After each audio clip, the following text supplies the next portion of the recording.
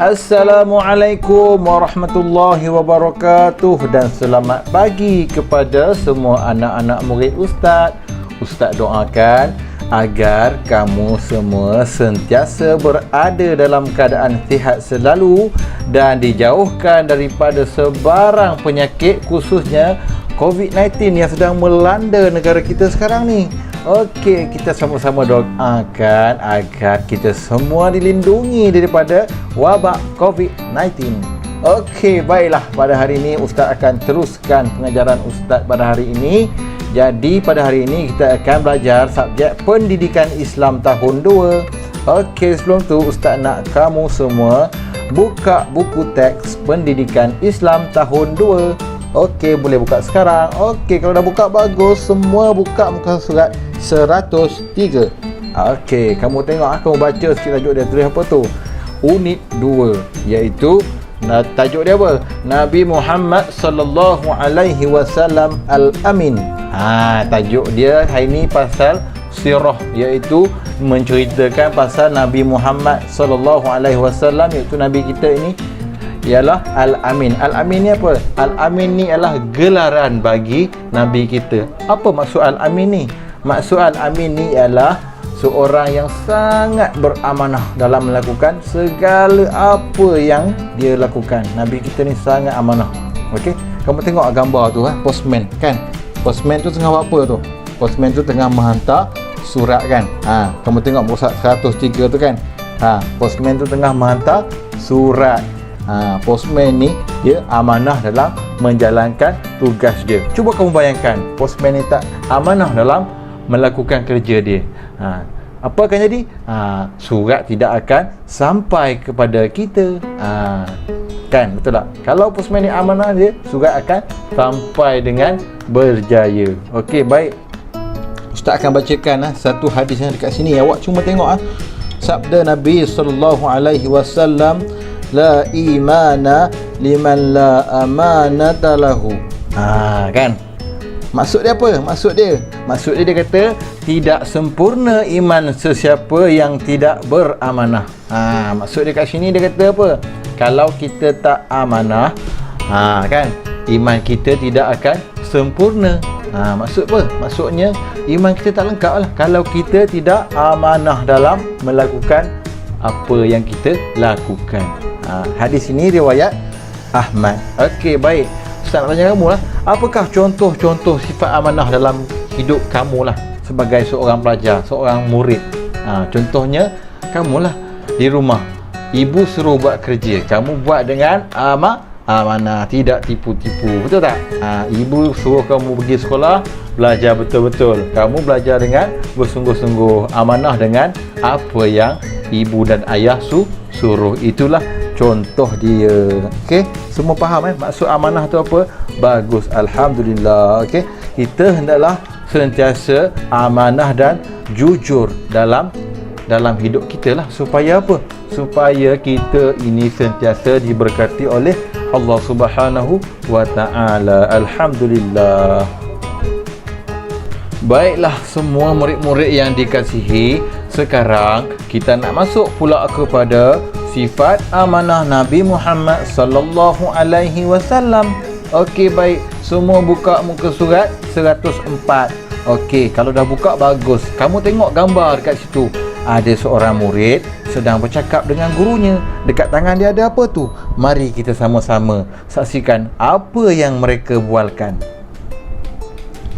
Assalamualaikum Ustaz. Saya terjumpa dompet yang tercecer di kantin sekolah. Waalaikumsalam. Terima kasih di atas kejujuran kamu. Ustaz bangga dengan sikap kamu yang jujur dan amanah. Terima kasih Ustaz. Tetapi apakah maksud amanah itu? Pernahkah kamu mendengar cerita tentang sifat amanah Nabi Muhammad sallallahu alaihi wasallam? Marilah Ustaz ceritakan kepada kamu. Okey, kamu faham tak cerita dekat sini? Dia ceritakan tentang apa? Ceritakan tentang seorang murid ini, dia terjumpa dompet dekat kantin, tapi dia tak ambil dompet itu. Kerana apa? Kerana dia mengamalkan sifat amanah. Lalu dia bagi dekat ustaz dia. Lalu ustaz dia pun memuji dia kan. Bagus kan sifat amanah ni kan. Okey, bagus. Kamu tengok, bila dia bagi dompet, ustaz dia pun puji dia. Bila puji maksudnya baguslah kan. Bagus. Okey, sekarang kamu dah faham apa itu sifat amanah yang berlaku pada diri kamu kat sekolah kan. Contoh kamu jumpa apa-apa kan, jumpa dompet ke, jumpa barang kawan ke, apa yang kamu kena buat? Bagi kepada cikgu. Ataupun kalau kamu tahu itu barang kawan kamu, terus bagi kepada kawan. Okey, faham semua? Bagus, alhamdulillah.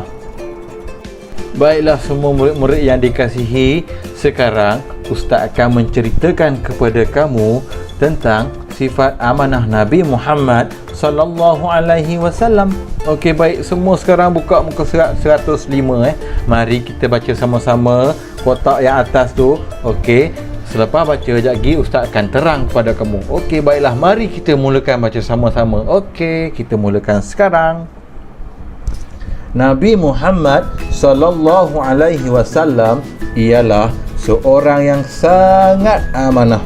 Sayyidatuna Khadijah telah mengamanahkan Nabi Muhammad sallallahu alaihi wasallam untuk menguruskan perniagaannya di Syam. Sifat amanah Nabi Muhammad sallallahu alaihi wasallam itu mendorong kejayaan baginda dalam perniagaan. Bahkan baginda mendapat keuntungan yang besar. Sayyidatuna Khadijah tertarik dengan sifat amanah baginda sehingga memilih untuk menjadikan Nabi Muhammad sallallahu alaihi wasallam sebagai suaminya. Keagungan sifat amanah Nabi Muhammad sallallahu alaihi wasallam itu mendorong masyarakat Arab memberikan gelaran Al-Amin. Al-Amin bermaksud sangat dipercayai. Okey, baiklah, selepas kita baca, ustaz akan huraikan ustaz akan ceritakan kepada kamu tentang sifat Nabi Muhammad. Kita tahu Nabi Muhammad kita merupakan seorang yang sangat amanah, sehingga kan apa? Sehingga kan Sayyidatina Khadijah telah percaya kepada Nabi kita untuk menguruskan perniagaan dia, menguruskan bisnes dia dekat mana? Dekat Syam kan. Sifat amanah Nabi ni kan mendorong kepada kejayaan bisnes Nabi yang Nabi buat dekat Syam tu lah kan. Bukan sekadar berjaya, tapi apa? Mendapat keuntungan yang sangat besar kan. Hebat tak amanah ni kan? Kerana apa? Berkat amanah ini Nabi berjaya dan mendapat keuntungan yang sangat besar. Okey, baik. Sayyidatina Khadijah pula kan, bila dia tengok Nabi berjaya semua kan, dia tengok Nabi amanah kan, dia pun tertarik dengan sifat amanah Nabi kita tu. Sehingga kan apa? Sehingga kan dia pilih Nabi kita untuk dijadikan sebagai suami dia. Hebat kan? Okey, baik. Bukan setakat itu saja. Keagungan sifat Nabi kita ni kan, orang-orang Arab dekat situ, dia tengok Nabi ni buat kerja semua amanah betul, memang amanah. Lalu apa? Dia orang buat apa? Dia orang berikan gelaran Al-Amin kepada Nabi kita. Hebat kan Nabi kita? Seorang yang sangat amanah kan? Hebat kan? Alhamdulillah. Baiklah murid-murid yang dikasihi sekalian. Okey, sekarang kita nak masuk pula kepada analisis daripada kisah sifat amanah Nabi Muhammad sallallahu alaihi wasallam. Okey, kamu tengok muka surat 105 lagi Okey, dekat bawah, kotak yang bawah pula. Kali ni kotak yang bawah pula. Okey. Okey, tengok yang pertama, dia kata apa? Dapat menambat hati Sayyidatuna Khadijah, seorang wanita bangsawan dan hartawan Arab. Bila Nabi amanah kan, Siti Khadijah ni pun tertarik dengan sifat Nabi kita. Siti Khadijah ni bukannya biasa-biasa. Dia merupakan wanita bangsawan dan hartawan negeri Arab. Dia orang kaya. Okey. Itu yang pertama, analisis yang pertama. Kita tengok analisis yang kedua. Analisis yang kedua ialah dipercayai oleh kaum Quraisy walaupun mereka memusuhi baginda. Okey. Walaupun orang kafir Quraisy ni kan, dia tak kawan dengan Nabi, dia memusuhi Nabi, tetapi mereka percaya dengan Nabi. Kerana apa? Kerana Nabi kita amat jujur, tidak pernah menipu, Kerana apa? Nabi kita ini merupakan seorang yang sangat amanah. Sebab itulah orang kafir pun percaya dengan dia. Betul tak? Okey, itu yang kedua. Okey, kita tengok analisis yang ketiga pula. Okey, yang ketiga, kejayaan Nabi Muhammad sallallahu alaihi wasallam di dalam perniagaan sehingga mendapat keuntungan atas sifat amanah baginda. Okey, faham tak? Okey, kejayaan Nabi ni disebabkan dia amanah ni, berkat dia amanah kan, sifat amanah dia, maka dia berjaya dan mendapat keuntungan yang besar kan, berkat sifat amanah. Tengok hebat tak sifat amanah ni? Hebat kan? Jadi kita kenalah mengamalkan sifat amanah dalam kehidupan kita agar kita semua diberkati Allah Subhanahu wa taala kan. Kamu kenalah amanah dalam apa jua yang kita buat. Nescaya hidup kita akan senang dan akan dimurahkan rezeki dan akan dipermudahkan oleh Allah, insya-Allah. Okey, baiklah semua murid-murid yang dikasihi, maka dengan ini selesai sudah pembelajaran kita pada hari ini. Oleh itu Ustaz sekarang Ustaz nak bagi kamu sedikit saja kerja, tak banyak pun, sikit saja. Okey, kerjanya apa? Jeng jeng jeng. Okey, kerjanya ialah kamu buka muka surat 103 dan 104 buku aktiviti dan kamu siapkan 2 muka surat itu sahaja. Okey, baiklah. Semua selamat membuat latihan. Okey, kita jumpa lagi. Okey, baiklah, Ustaz akhiri kelas Ustaz dengan ucapan Assalamualaikum warahmatullahi wabarakatuh.